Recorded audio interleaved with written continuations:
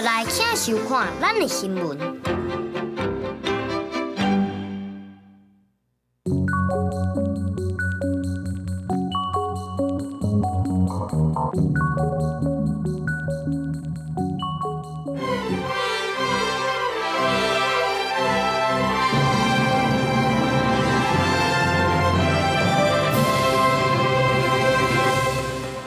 海巡人员互人查到甲私分集团倒空诈领查集奖金，而且佫利用制度的空帮，互罚金变做拍销，全部讨袂回来。军人台股草案3读，4月1无论官的大细，1个月加级会当领到3万，也增加战斗部队的加级，明年元旦开始实施。川普政府廖非法移民是引起真大的不满，洛杉矶发生示威行动，今嘛已经拓起到纽约、甲华府等10个地点。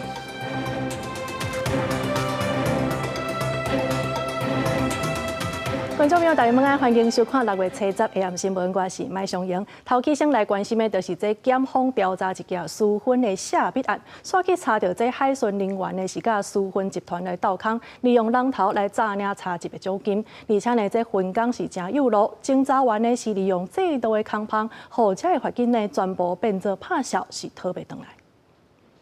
海巡署公布查缉走私分，刷传出有海巡人员好亲像甲不法集团交结。行政执行署彰化分署发现，2019年至2024年这2年，海巡署所查到的违反分酒管理法案件内，还未结案的罚款案件，当中有49件，36个义务人。伫强制执行了后，发现这义务人的名下拢无财产，目前敢若还370多万，还有8215万外，变作拍销。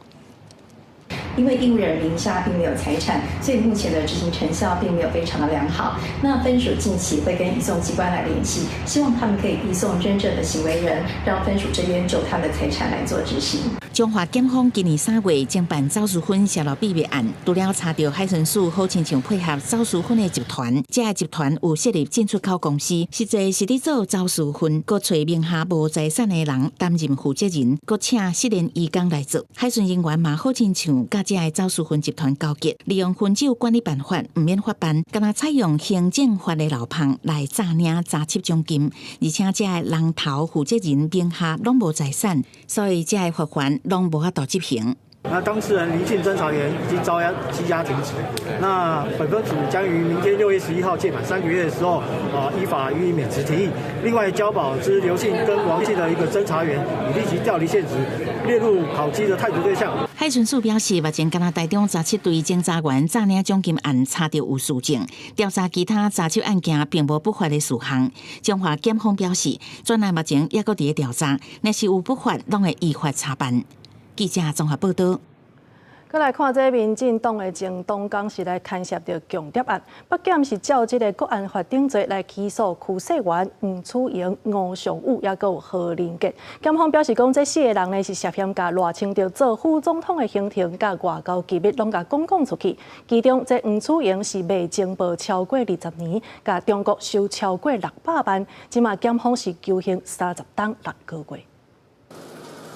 在阿几下回，民进党前东港涉伫强谍风波，经过检方3个多月侦办查查症结，以涉犯国家机密保护法定罪嫌，起诉总统府前书记吴尚武、57任外交部长时期的前助理何仁杰。民进党民主学院前副主任区势员，甲驻前东港黄楚莹4人从集体求动刑，分别具体求处有期徒刑5年至18年6月以上之重刑，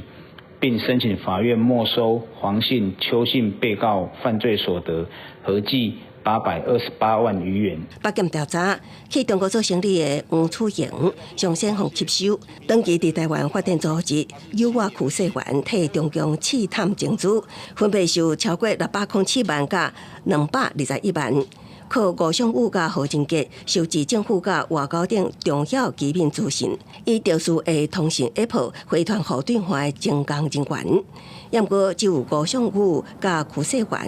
伫侦查中认罪，检方批评黄楚莹甲何仁杰毋但是法庭缓刑，搁卡几夜摆乌白变做白贼话，想要误导侦办方向。类似这种人工间谍，它相较于网络间谍不会害人，更为重大，因为它是有点线面突破，所以在法体系还有这个反情报的手段，还有就是未来这个任用机密人员的稽核都需要强化。面对强调案调团，专家建议强化反情报机制，完善法规体系，加重判刑。政府对相关人员的定用甲启核也拢被当疏忽。公视新闻采访报道。立法院审议军人待遇条例修正草案，决定这志愿役无论官的大小，未来1个月加级是会当领到3万块，明年元旦就会开始来实施。因为这义务役的部分呢，这待遇也规定袂当比上届的工资要搁较低。也毋过，行政院长邓英台是表示讲，这个修正草案呢是无合有算法的规定，所以会提出纠正。感谢后备理是礼拜进行14天的教育调集，配合正属于第一台北棒球中心在内湖地区做训练，包括战斗教练快反射击、正常救护，要强化后备军人的认真效能。为了要提升国军的待遇和增加因老赢的意愿，立法院初十三读通过军人待遇条例修正草案，新增加志愿役的加给逐个月3万，以日征兵做例起薪是3万6，经过4月调整和这摆修法了后，变做5万6。嘛新增加战斗部队的加给，提升加入国军的意愿，对115年1月7日施行。另外三读条文嘛新增加义务役的薪资，袂当比上届工资28590搁较低。修正通过。大多数的这个军人都是支持国民党提出的党版。如果是分不同的阶层，然后呢加薪的幅度没有调整好的话，会影响到这个基层的士兵，他就不愿意升官了，因为他越升官，他的薪水会越少。针对志愿役加级修法，那边是无共调，民众党团版本反对齐头式的加薪，主张应该分级来加级，表决过程投弃权。国民党团落尾是因有小可人数的优势来通过提案。人员维持费在我们整体国防预算所占的比例越来越低，我们要提升志愿役的待遇，而且把它法制化，给予层级化的加薪数额。现在刘导言台批评军人加薪修法是违背预算法的规定和宪法的精神，因绝对提出纠正。预算法91条明文的写道，地法院用法律案大幅增加中央政府税出的时候，一定要跟行政院来征询。导言台强调，最近只要讲到总预算一寡立委度的见效等受气，但这拢无帮助，嘛，伊个绝对会照宪政精神来提出纠正。记者综合报道。面对着这中国的威胁，咱国内的民间单位是来举办两化军事冲突的作战演练，邀请到军事的高层来指导，模拟这中国若准伫2030年拍台湾的状况到底是啥物款？这嘛是这几冬来战级上界悬的军事推演。要做台湾、美国、日本上高阶军事将领的前参谋总长李喜明，甲美国前参谋省长联席会议主席吴伦，也有日本前统合幕僚长严基武做伙出席台湾民间举办的台海防卫兵棋推演，要检验目前国军战略的设计、甲作战概念，敢有法度应对台海战争的挑战。我们这次邀请美国跟日本来，并不是希望组成一个美日台的抗中联盟来想要一举击溃中国，没有这个意思。我们希望能够模拟一个在未来的世界当中最真实的战场的实况的想定。Admiral Blair 在卸任太平洋总司令以后，曾经以资深观察员的身份参与我们汉光演习19号到23号，对我们的贡献非常卓著。李喜明讲，共同参演的前太平洋总司令布莱尼，也参与5届汉光演习，而且建议成立相关兵棋推演甲作战训练的系统，对台海的情势是真了解。这2日兵棋推演假设的情景，会以中国2030年武力拍台湾为背景。共军就是在强化各种的实战化演练，然后强调以后的可能的战场在哪里。他的部队就会先过去做战场经营以及相关的训练，必须要增加强化跟日本跟美国的情报合作，因为我们台湾自己的监侦范围比较有限。另外，兵棋推演内底指导组是邀请拿着电影的前高阶国安官员，包括前行政院长江宜华、前国安会秘书长柯义仁、甲李大卫等人。主要国家驻台代表处嘛有派人来参加，大家拢真关注这场两化军事冲突作战战绩兵棋推演的结果。公司新闻台北报道。来关心一阵意外的消息，这是万海航运的货船的王春轮是伫昨下晡伫印度洋来爆炸，造成5个人受伤，4个人失踪。其实伫意外发生迄当阵的这船长就虽决定要来弃船，也毋过这爆炸的原因只摆是还阁需要调查。印度媒体是来报道讲，这货柜当中呢是有真危险的物件，毋过着要等业者出面来解说。另外嘛，因为这失踪人口当中呢是有2个台湾人，所以咱的外交部是表示讲会继续来关心搜救的进度。印度海华防卫队透过空袭的画面是翕到万海航运旗下503王春轮，伫台北时间下午，在伫印度洋航行的途中是向因为爆炸，造成大量浓烟一直冲出来，推测到火点有可能是货轮的货柜装运区。当地海华防卫队紧急开始救援，但是传出2个台湾籍的军官是同款失踪。我国驻孟买办事处在获悉之后，已于第一时间联系印度海巡队第4区总部，以掌握状况，并且尽洽印方全力协助搜救。另外，也在9号的傍晚，增加派船只以及飞机投入。那相关的救援行动目前仍在持续进行当中。根据了解，这只王春轮是伫2005年10月落水，是一只4333标准规的中小型货柜轮，驶禁洋航线。5月底出发，6月采取对斯里兰卡的科伦坡驶走，本来暗算车载到印度的明马，结果车到煞伫印度西岸发生航行火灾。根据了解，船顶拢总有22个军官，有5个人轻重伤，拢是外国籍的，但是伫4个失踪名单内面。有2个是台湾籍。印度媒体查现有的资料显示，讲货轮疑似是有载高危险、关度较会崩的货物，但是嘛是要等货运公司回应说明。只要是危险品哦，不管在任何情况之下，温度啊、气候或者是海上的这些波浪、震动等等都有可能引起危险品所产生的燃烧或者是爆炸等这个现象，要特别的去随时观察整个货物的一个状况。万海公司查到发动信表示讲，和主管机关保险公司来合作处理刷落来专员救助者的事项。外交部回应讲，会持续关注搜救进度，和印方有关单位来保持联络，全力维护台商和个人的人身安全。公司新闻综合报道。同款是这船只意外来关心的是这中港运通公司组的香港货船明鸿号，昨暗要对高雄港离港口出海的时阵，结果去弄到码头附近的台船8号呢，全安尼沉落去海里，也阁有一只拖船是锁啊登去，这损失上无是有1000万。高雄港务分公司是讲会来讨赔偿，也若航港局也会展开调查。码头边的拖船，台船12号锁啊登去，工作船台船8号沉去，89号码头的监视器塔架嘛登去，主要拢是因为中港旗下中港运通公司所组的这只船，弄到89号到90号码头的挖角，疑似应收过大来损害到台船2只船。主港作业中不慎碰触89至92号码头转角处，并造成原停泊于该处水域之小型工作船台船8号沉没及拖船台船10号发生断缆情形。高雄港务分公司表示，这只船9号暗头伫高雄港98号码头落了将近14万吨的煤炭了后，申请离港。航行过程当中，受过靠近89号码头，虽然有提醒，也是去弄掉，加在无造成人员伤亡，嘛无油污的污染，并无发现有油污情形。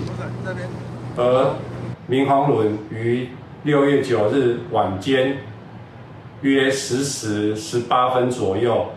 顺利回靠98号码头。初步掌握台船船只损失将近1000万，营业的损失也无法度估计。中港运通公司即是回应，民鸿号所属的船东是新加坡航商，中运公司乘坐因的船伫落货了后，双方面的合约就已经完成而且结束，已经通知这只船的船东会由因的保险公司协调后续的处理。高雄港务分公司嘛表示，暂时已经回勘了码头损害的状况，这只船后续会由航港局南航中心还有运安会来调查。公司新闻王刘婷、陈坤局报道。再来看，伫咧2冬外前，一个查甫人伫咧台北市内湖，互人连开15枪着伤。也毋过，即个姓黄的嫌犯所浪港走去到菲律宾，检方发现讲，伊会当顺利出国，是有5个人来甲伊接应，收3万至120万，所以照入出国，也有移民法等等的罪嫌来起诉5个人，而且要求法院爱甲因重判。行路拜一个，赶紧找人救命。去年这件枪击案，姓王的前电视制作人，伫台北市内湖，互人连开15枪。警方是连开对查，不过犯案姓王的查甫人，案发较无2天，就已经逃出境。甲你讲一下3案管理吼。凶嫌成功逃脱，当然是有人接应。检方陆续掠到5个人，涉嫌提供协助，先用人头证件，予伊坐船去澎湖比，所来坐渔船出海，开到公海了后，由其他船只接应，再去菲律宾。以往也有发生过类似的案件啊，但是比较没有像最近那么频繁。那我们希望可以借由这次的案件，对外宣示我们绝不宽待的决心。所以我们在起诉书里面也有针对这个部分特别去琢磨，去请求从重量刑。检方调查，计划杀人的姓查甫人，伫作案进前规划好逃亡路线，以35000块至120万找人偷渡，互人依照杀人未遂通缉。收钱协助的5个共犯，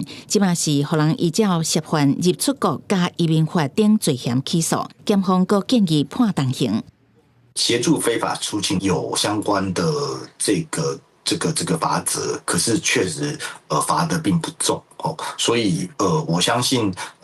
这个重赏之下必有勇夫，船只多嘛，出海多嘛，所以澎湖的海巡的查缉能量相对而言也没这么强。个已经离岛出境，学者分析，甲查缉的量能不足有关系。尤其检方嘛讲，澎湖的海岸线差不多370公里长，港口国际开变做偷渡的中站。不过，为国宝集团总裁朱国营、联谊包鱼前负责人张文迪、3联集团负责人齐孝东，为咗确保逃走的要犯，考虑坐飞机出境困难，所以拢是选坐船偷渡。那边境都爱严格管控，头前的相关监控嘛爱做伙加强。记者综合报道。台北市的清洁队昨伫内湖收粪扫的时阵呢，这车道内底煞传出炮啊声，而且佫咻咻叫导火。这队员是赶紧甲火拍花。有民众看到这款情形，讲白事台东咧炸邯郸咧。也那这环保局呢嘛已经报案，呼吁民众等粪扫的时阵，这炮啊都爱先浸好淡，才交予清洁队。好可怕！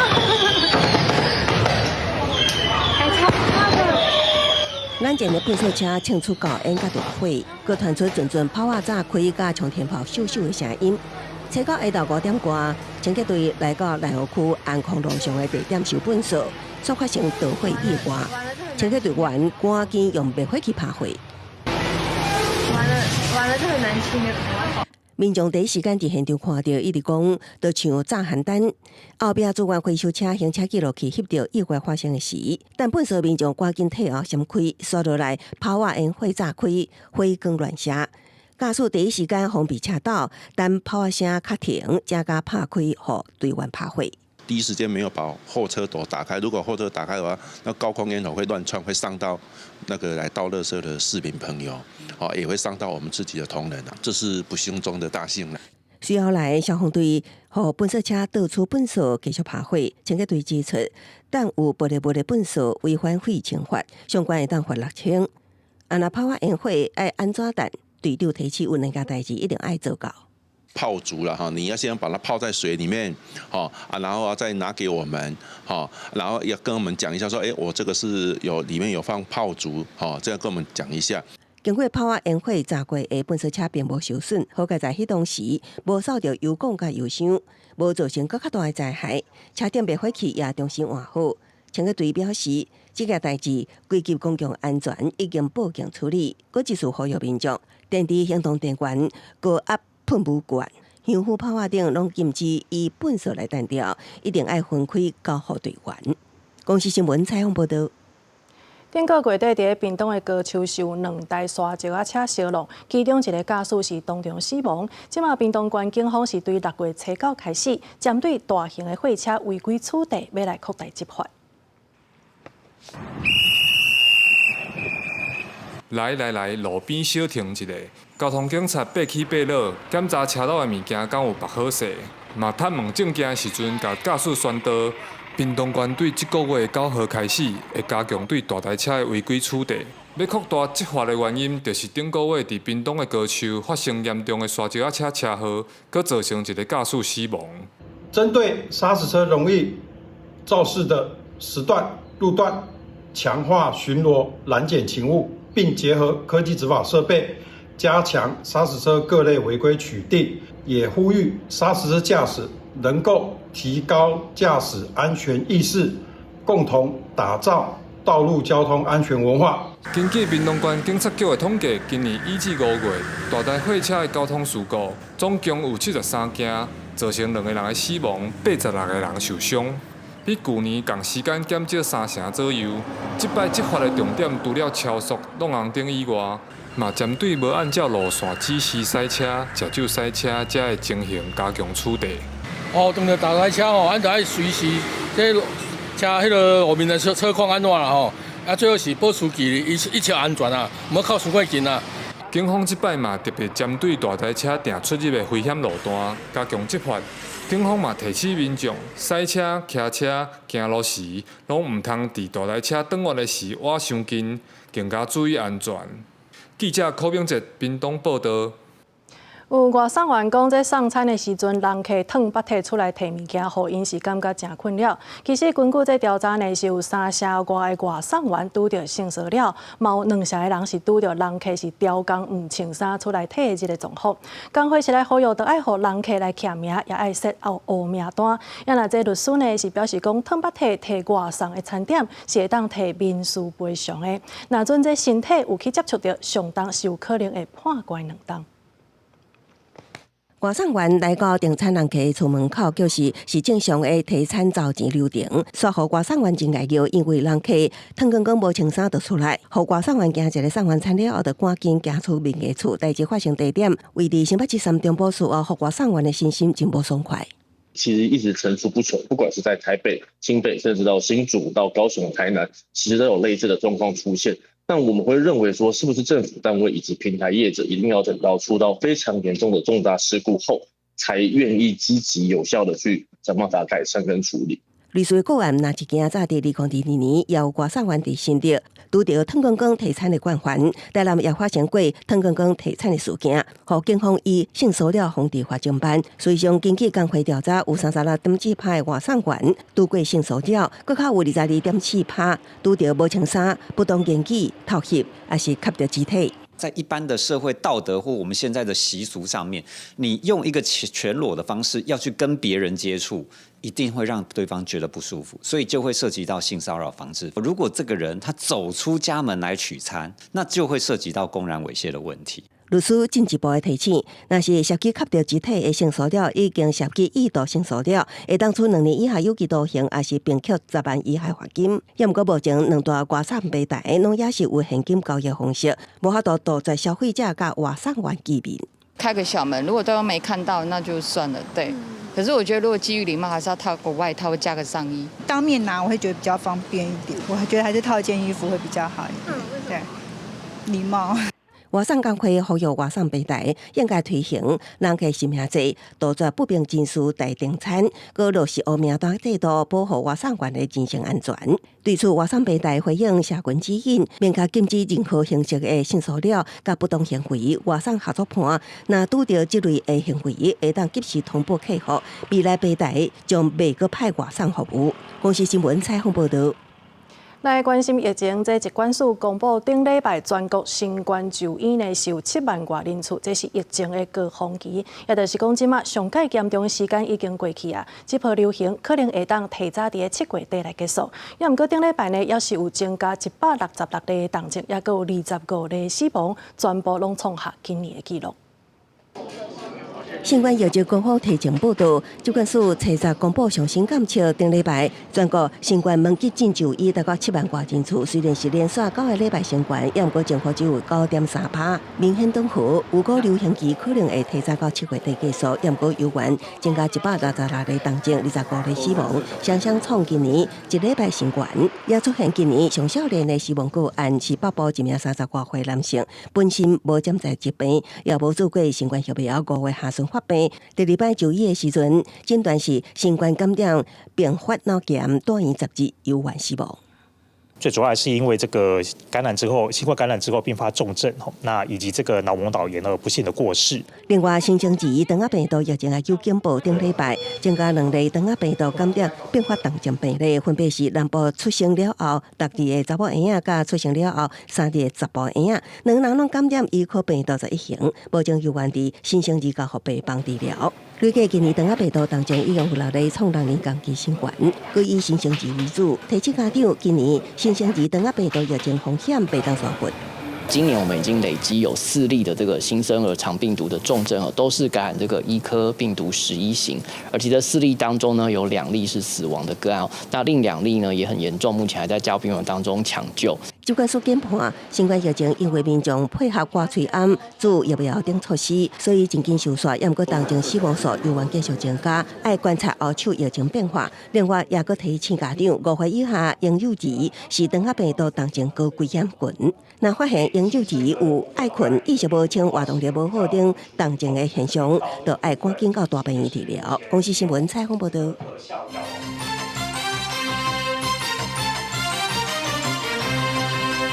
来关心这全国大罢免第2届的送行，那日的定赢即马进度是31-0。国民党是来找网红馆长，也有北一女的老师来徛台，也毋过说服力赢，即讲这款做法颠倒是无效果的。第2届即马成案了后，就会进入投票的阶段。部分民团是来呼吁检调单位，就爱调查敢有买票的情形，讲应该就爱比较全国的选举，检举的奖金就爱1000万。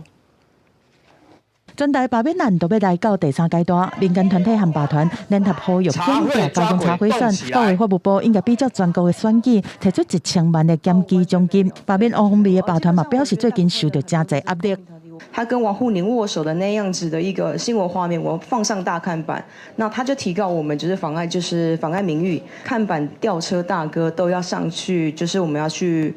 做笔录。我觉得某一种程度上真的是霸凌我们。王宏伟表示讲，针对无证据抹红的言论，提告是要捍卫伊家己的名誉，端正视听，呼吁罢团爱面对家己的违规。目前罢免拿立委的2届送行进度是31-0，为了反制大罢免，国民党成立委第2文是找无共党派成员，留作党外在野大联盟，包括高中老师欧贵枝、网前馆长陈志涵等20多个人，讲是要来制衡民进党的一党专政。希望能够连结台湾政治光谱上面的所有的朋友，不分颜色，党外就是对于统治者一党专政、一党独大的情况底下，所有的力量我们都要团结。第2文嘛，伊佫讲后壁会先以7分箱仔开讲的方式，在能源、两花等各项议题来挑战执政党。我方家己是两花和平大赛的馆长，车集都要启程去中国，嘛呼吁在野爱合作。民进党最大的题材就是中国大陆。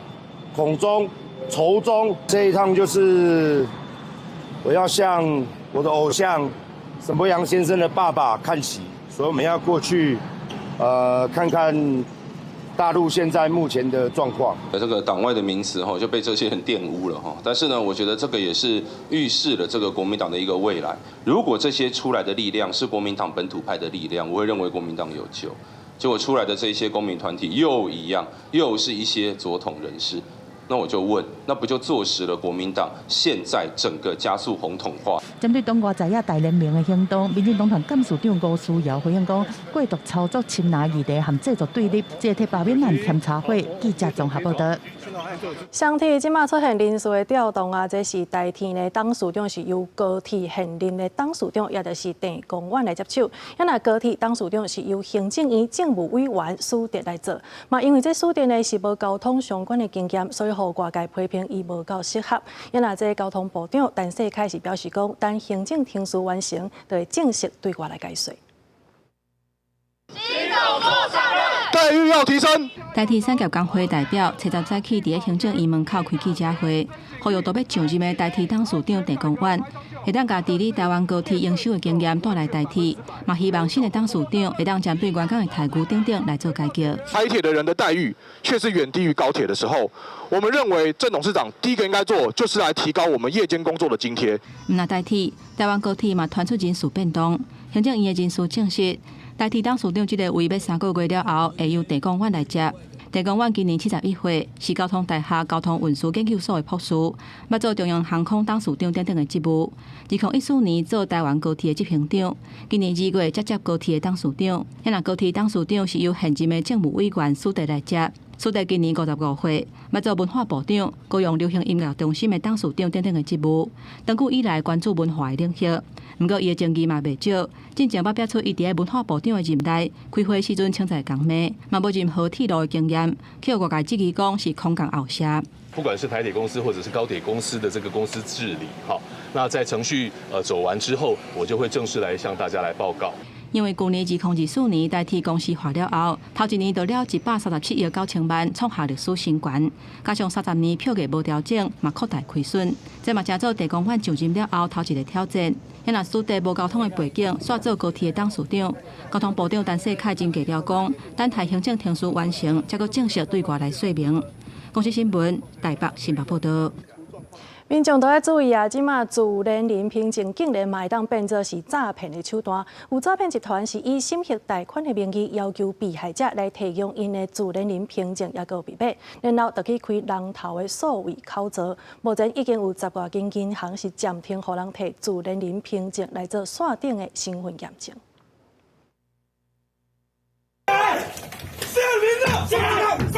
门暂开，远境逮捕诈骗集团，查到主嫌伫开被害人的货挂钱，卖车体品，目前诈骗真济，警方嘛搁再发现有新的部署。诈骗集团就会要求民众提供他的身份证，还有相关资料，最重要的是自然人凭证以及他的PIN码，拿这些资料去做数位账户的开户。今年大概有1/5的人头账户是有涉及到这种自然人凭证去开的账户。诈骗集团透过社群平台放广告，讲会使快速贷款，吸引急需要资金的民众钓钓。民众加入群组了后，用话术骗引，要求提供自然人凭证、密码等资料，搁提去各大银行开数位账户，成做诈骗集团的人头户。受害人是伫收到银行通知，也是互人立做警示账户了后，才知影互人骗去。原本是为了提升便民效能而设计的自然人凭证，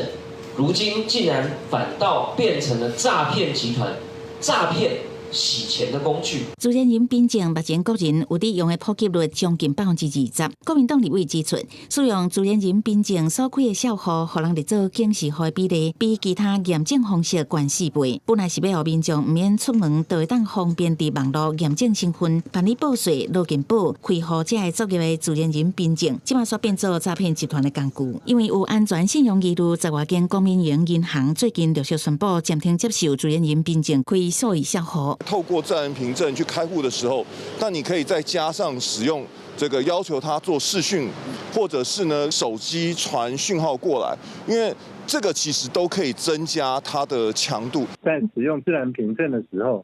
切勿任意交付给第三人，有可能是协助这个诈团去做这个诈骗的行为，这也是有触犯到刑法相关的规定。内政部表示，自然人凭证的数位签章有推定是本人亲身签名，也是第一的法律效力。呼吁民众唔当随便把个人资料交予别人使用，以免协助匪徒诈骗，搁去互人骗去。记者综合报道。天气搁要开始起变化，目前的南海已经有热带性的低气压来形成，有可能伫24点钟内就结做今年第一粒风台，也就是雨蝶。气象署表示讲，伊应该会对中国广东去，所以袂直接影响到咱台湾。也毋过即马受到外围水气的影响，拜四到拜六在台湾雨水会增高。北部地区透早出现南极的好天，不过气象署表示，目前伫南海热带扰动已经形成做热带性低气压，未来若有机会增强做风台，就会是今年的第一号风台——蝴蝶风台。目前预估袂直接影响台湾。今天早上8点，在恒春的西南方，大约940公里的海面上，热带性低气压形成了。目前以预测资料来判断，未来热带性低气压会沿着太平洋高压西南缘往西北西的方向移动，会往海南岛的方向移动，之后逐渐往北往中国大陆的方向移动，因此它并不会直接影响我们。气象署表示，受到外围水汽影响，拜二、拜三东半部和各地山区拢要注意过昼了后的雷阵雨，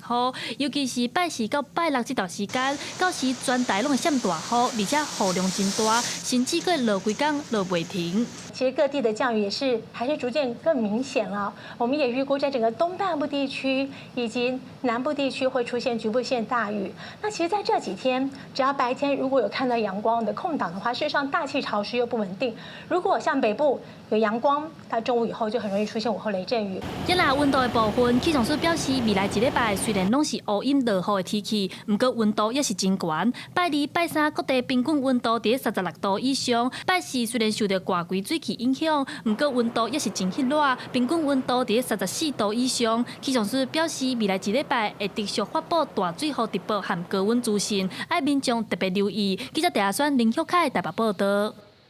国立高雄科技大学是按算6月14要来办毕业典礼，也毋过即马说因为可能会有风台，所以有4个校区的学生呢是干那会当伫个线顶来参加，这互毕业生是真不满。即马学校甲学生回来讨论了后，是决定无论好天也歹天，拢会照常来举办实体的毕业典礼，互学生会当无遗憾。高雄科技大学的运动场者抢上当地的无间大舞台，因为14都是113年的毕业典礼。今年因为南门溪校区在征收，学校将典礼选来建工校区办，但因为场地无够大，高科大毕业生人数有将近7000人。进前有风声讲会分做5个校区办，因为风台可能会来，除了建工校区有实体典礼，其他4个校区的毕业生改做去看线顶直播。这个做法有学生感觉不满，不过嘛有学生是会当接受。其实咱学校大概风台拢会淹水啊，淹水啊，然后其实安尼嘛较安全啦。这次遇到的是蝴蝶台风嘛，然后就刚好没有办法一起举办毕业典礼，就还是会有遗憾，毕竟4年都是同学，然后最后要线上的。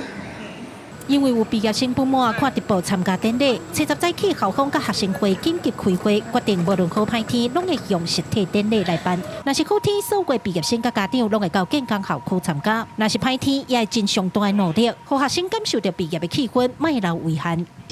如果是遇到雨天，我们将采取建工主会场以及4个校区副会场同步办理，部分的流程同步联播，部分的流程各校区实体办理，包括增加各校区会场的互动性，例如安排彩带的抛接仪式、跟布置典礼的氛围，以及各校区的毕业生大进场。此外，我们也正在积极的争取，让每一位毕业生都能够获得拨穗的机会。因为这届毕业生4年前高中毕业，拄到疫情无法度办典礼，所以对大学的毕业典礼拢真期待。校方表示，若是宣布停办停课，14个典礼就会延后，12因会看情形做最后的决定。记者柯家朱朝阳高雄场报道。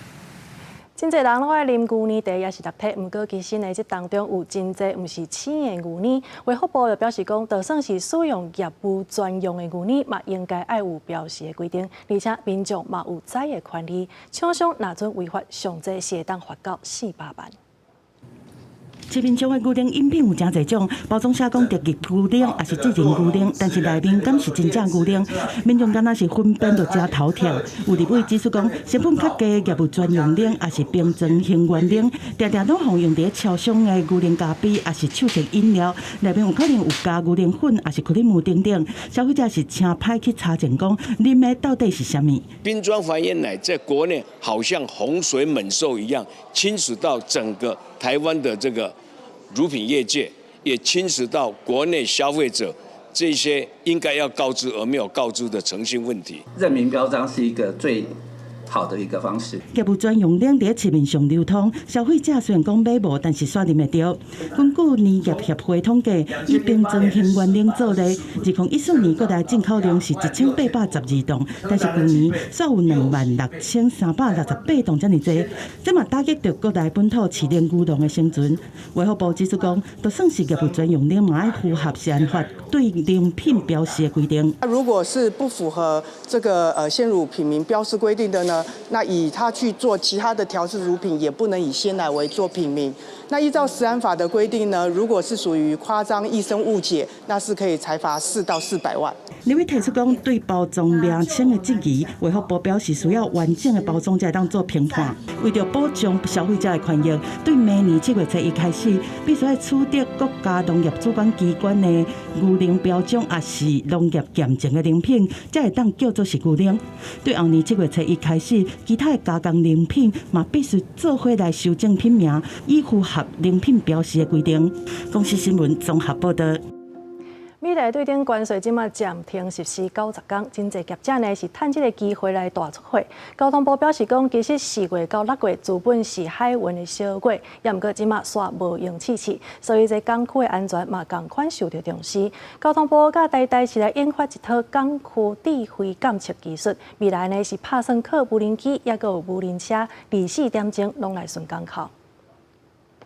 无人车伫咧港口附近行，会当随家及时的影像传倒去办公室。这是交通部和台湾大学合作的港区智慧检测技术，目前正咧试验的阶段，利用无人机和无人车，24点钟来检测港口的突发状况。目前阮会用个辨识反光板，搁有迄个车档、变电箱，变电箱惊伊的温度相关的会烧起来。那另外，搁伫迄个道路部分，阮会用个分析出伊的迄个裂缝。交通部表示，最近因为美国总统川普宣布对恁关税暂停90天，大量的厂商趁这段时间来出货。自本4月份到6月份这段时间，原本是海运的小月，结果煞变做非常无用，来当靠 AI 影像来检测港口，会当减少人力的成本。因为美国的关税，它目前正在 pending 状态。那对于我们港来讲，就是这段时间平常可能是淡季，我可能可以利用这时间做去保养，它可能瞬间就变成没有办法这样去做。所以如果在这段正在忙的时候，如果突然因为任何的原因港区因为维护上的出了状况，它所影响的是一系列的这个出货的问题。交通部表示，天气愈来愈烧热，有时会发生变电箱家己烧起来的情形，加上风台季节也影响港口的安全。那有这套系统就当随时检测，马上回报。目前这套系统已经伫台中港试行结束，未来也会伫台北港、高雄港试行。交通部计划和台湾港务公司合作，让这套系统会当加入港区的管理。记者陈选林秀凯台北报道。台南市环保局参集已经农会超市来设无包装的专区，鼓励大家家己扎环保袋仔来买物件，尽量减少使用塑胶袋啊。五彩缤纷的果子甲菜色摆伫咧架仔顶面，包装提调固在人溪景。这毋是菜市爱单位，是台南市农会超市。为着要减少塑胶包装的垃圾量，台南市环保局去年参白场合作，推动果子菜色无包装的政策。今年佮扩大参台南市已经农会超市合作，设无包装的专区，初十开始试办，这些民众是认同这项新政策。因为我每次买回去也要一个一个拆包装，其实也是都直接丢掉而已。政策来，咱就是适应的。所以加减袂当接受啦，啊，就是爱个一段时间就对安尼。一定的啊，你会想出门袂记带塑胶袋或者带你环保袋，你个歹退啊。经过统计，咱台湾塑胶袋的包装一当地产出超过10倍例，这量到底是偌济？嘛，就是讲这量会当囤满4500台粪扫车，嘛造成分化路的负担。这摆农会超市优先针对果子甲根茎类型做实施，嘛，互民众家己摕袋仔内底，减少一概性的包装。进散装的水果啦、蔬菜啊，来啊，如果客人有买这个的话，我们结账的时候会那我们环保局提供的纸袋，我们会把它装起来，让它好携带。针对这根茎类蔬果还有这个水果，我们都希望能够减少塑胶袋的包装。那因为它不是叶菜类的，其实裸卖的话也不会影响到它的新鲜度。有农会反映，对咧杀这项行动确实有寡难度，特别是果子抢在民众的惯习变过来变过去，顺看咧，有的卖无细腻低俗果子，客商影响未小。因就希望大家用行动来支持环保，嘛爱有公德心。记者苏台南采访报道。生态消息来看，这桃园德威渔港的北边，今年是有3对海鹰啊伫遮生卵。目前这入口已经扣封锁线，也佮有渔港来巡逻保护。野鸟协会是呼吁民众唔通进入保育区，来减少人为的干扰甲破坏。海鸭伫翠礁保护卵。桃园德威渔港北堤，摆是二级保育类，热天大头只海鸭伫北台湾上大的生态地，所以因为生态地环境变迁加流浪狗的干扰，最近2年该转去观音大潭电厂附近的沙坡环视，也毋过增强的防背山，定将因的树掩埋，严重影响环视成功率。也毋过今年5月，总算阁有海鸭重返德威渔港来做收。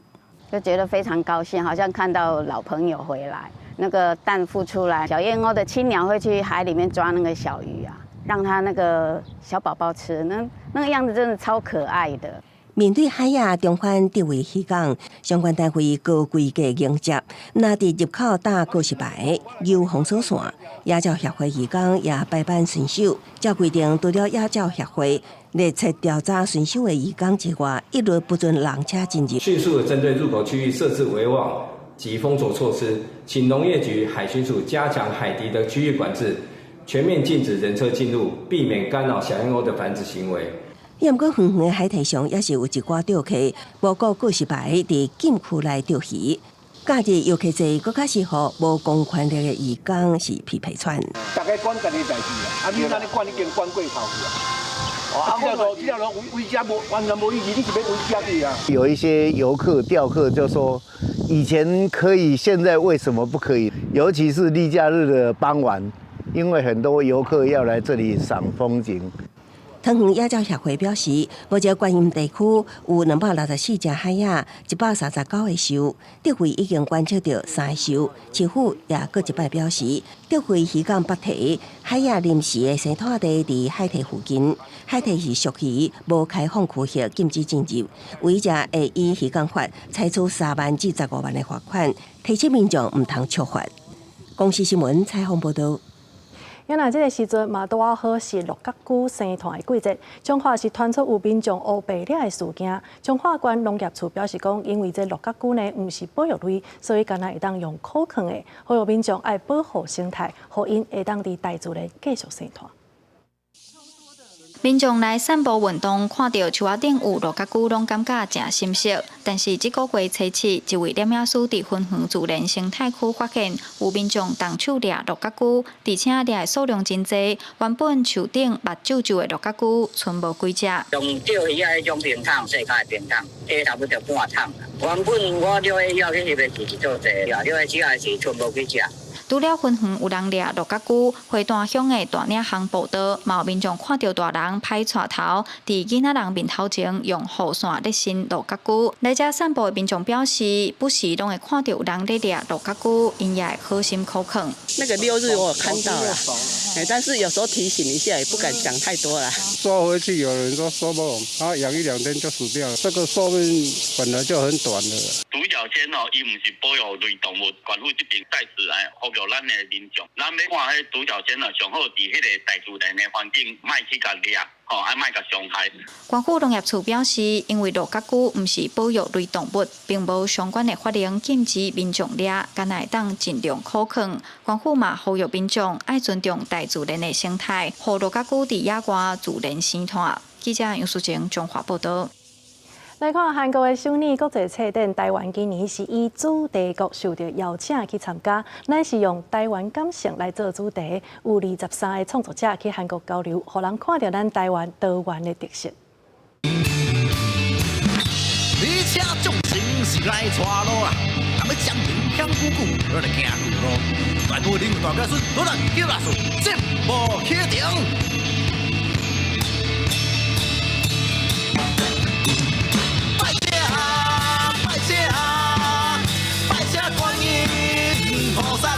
台语乐团曾卡人音乐创作结合团通北馆，也用鬼怪奇谈和台湾历史等等总题材，因为头一张专辑也冠选场入围2022年金曲奖最佳新人奖。主唱张家祥嘛出版同名小说，伫咧2023年受到金典奖的肯定。今年张家祥嘛要去韩国首尔参加国际册展分享，另外也要归团搬过去遐演出。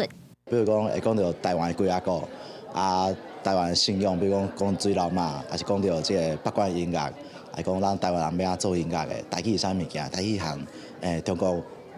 闽南话有啥无共？台湾今年受到邀请要去韩国参加首尔国际册展，这是70年来韩国上大型的册展。咱台湾馆也以台湾感性做主题，由文化内容策展院主办，和台北册展基金会承办。咱阁有23位台湾创作者要去交流，透过对谈、创作活动和文化体验等等，计共有60场以上的活动，来让韩国人看到台湾多元的文化。书籍的内容是所有文化产业故事的一个源头，把台湾的内容、台湾的 IP、台湾的故事推介到世界上去。台湾感性分成6个不层面，一个是文学的感性，一个是图像的感性，一个是土地和旅行的感性，一个是饮食和娱乐的感性，还有一个是 lifestyle 的感性，最后一个是历史的感性。去年国际册展拍算自6月18办到22日，台湾馆拢总有85间出版社参展，有精选550本册，希望透过台韩的文化交流来带动台湾文学创作伫咧韩国的能见度，嘛希望透过无同款的文化风景，和韩国的读者愈了解台湾，促进台韩关系。记者卢尚如、郑准由台北报道。国际消息，咱要来关心的是，川普政府呢，即马是大规模来掠非法的移民，伫洛杉矶是引起示威行动。这民众对移民甲海关执法局的不满呢，即马已经拖起到纽约，抑个华府等10外个所在。美国国防部抑个派4000个国民兵，抑个有700个陆战队入去到洛杉矶内底。也那加州的检察长是以违反宪法加以起诉。洛杉矶抗议移民甲海关执法局ICE过度执法，甲国民兵进驻的示威活动，在教会本来的56个地点缩减到艺术区甲小东街2位。总共已经暗暝，也是有几落百个民众甲镇暴警察对立。洛城警局公布的统计数字，讲规个州外街头动乱，至少有74个人互人逮捕，各有56个员警受伤。不过，这边怒火煞开始向纽约华府、旧金山、达拉斯、芝加哥、亚特兰大等全国有10外个地点扩散。We are not criminals. We are working people, and we are not a trash can for the president. This is not a. I don't understand if this is his way to make America great again. Destroy our people, destroy our communities, destroying America. That's what he's doing.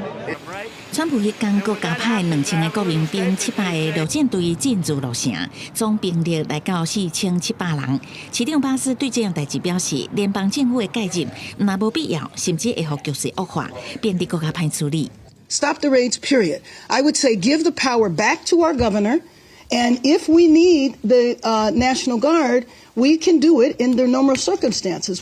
加州州长纽森嘛对外答问讲，陆战队新成的使命是捍卫民主，不是政治的基日。国防部违法的调兵行动，都是为了让川普州外的大阅兵制作话题。纽森批评这是看现行的乱用权力，呼吁法院甲国会必须采取行动，权力的制衡停止失效。另外一方面，加州检察长邦卡以违反宪法提出修正案的理由，向旧金山的联邦法院提起诉讼，要求法官阻止川普违法的行为。有22个民主党籍的州长联名支持。联邦甲州政府对立的冲突场面愈来愈激烈。边境安全事务负责人霍曼伊放调讲，会逮捕任何妨碍加州执法行动的人。纽森接受 MSNBC 访问的时阵，互人问到这件代志，伊大声呛讲有在调做理来。尾也阁有记者问川普有啥物看法。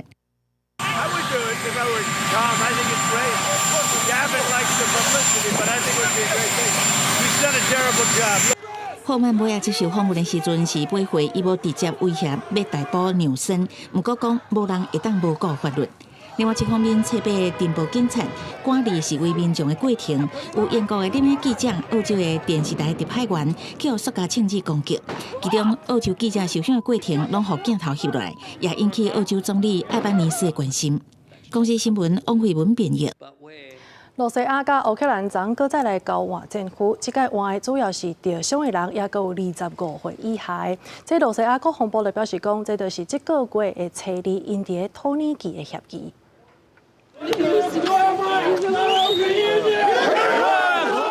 总算要转来。他也要动吗？听到电话迄边家人的声音，随后田乌克兰这批政府是头一批优先交换，主要是25岁以下的少年政府，甲当中也是当兵人。各干部依照数千名阵亡将士为体。罗西亚方面也证实，这批交换是初2伫伊斯坦堡达成协议之下所做的行动。换转来政府先送到白俄罗斯进行心理治疗了后，才回国。乌克兰方面真侪家后看别人咧团圆，家己内心真失落，摕相片望夫炸鬼。罗俄罗无透露有偌侪政府方帮回来，拢强调这是分阶段进行的人道主义计划，只是方安排较后壁阶段换政府的，真歹讲未受到即马当咧烧钱的情势，也是政治因素所影响。Я ж розшукую свого чоловіка, який 9 місяців безвісті, зник на Бахмутському напрямку. У їх там зникло 17 чоловік. На даний час нам нічого не відомо, жодної немає звістки.商务车里伫通县期一式探访会议达成共识，针对当上健康状况无好，甲18至25岁少年政府，各同意各自机构6000区的规体，也过实际执行过程真侪波折。克里姆林宫采购表示，就算基辅当局交代游园无完全履行承诺，罗西亚游园会进行换副甲领会阵亡将士遗体。罗西亚是伫初期指控乌克兰无限期延长换副，乌克兰否认强调无违反协议，也是调工延迟。只是换副进程涉及人道甲政治敏感度，需要谨慎处理。公司新闻有为民编译。明仔载天气到底是如何呢？天气报你知，带大家做回来了解。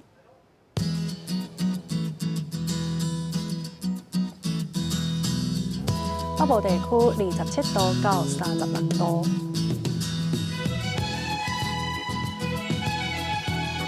中部地区是26度到35度，南部地区25度到35度，东部地区是26度到32度。那外岛地区26度到32度。以上就是这则 AM 新闻，感谢你的收看。明仔载同一时间，咱再相会。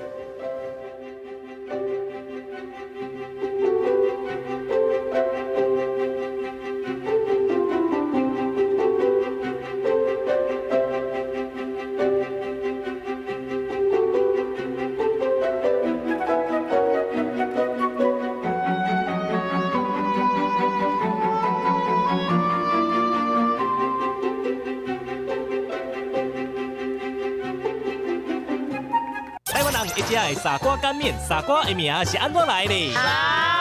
2、1，